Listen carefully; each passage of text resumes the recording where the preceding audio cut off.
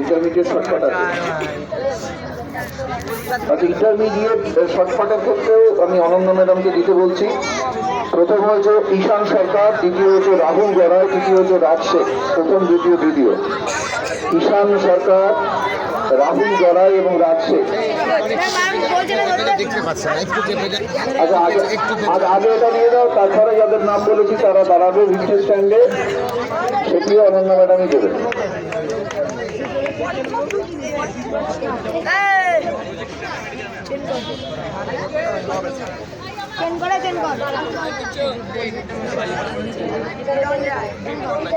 আবার বলছি, প্রথম হচ্ছে পরের ইভেন্টটা যেটা ইন্টারমিডিয়েট শর্টকাটে, প্রথম হচ্ছে ঈশান সরকার, রাহুল গড়াই এবং রাজ শেখ।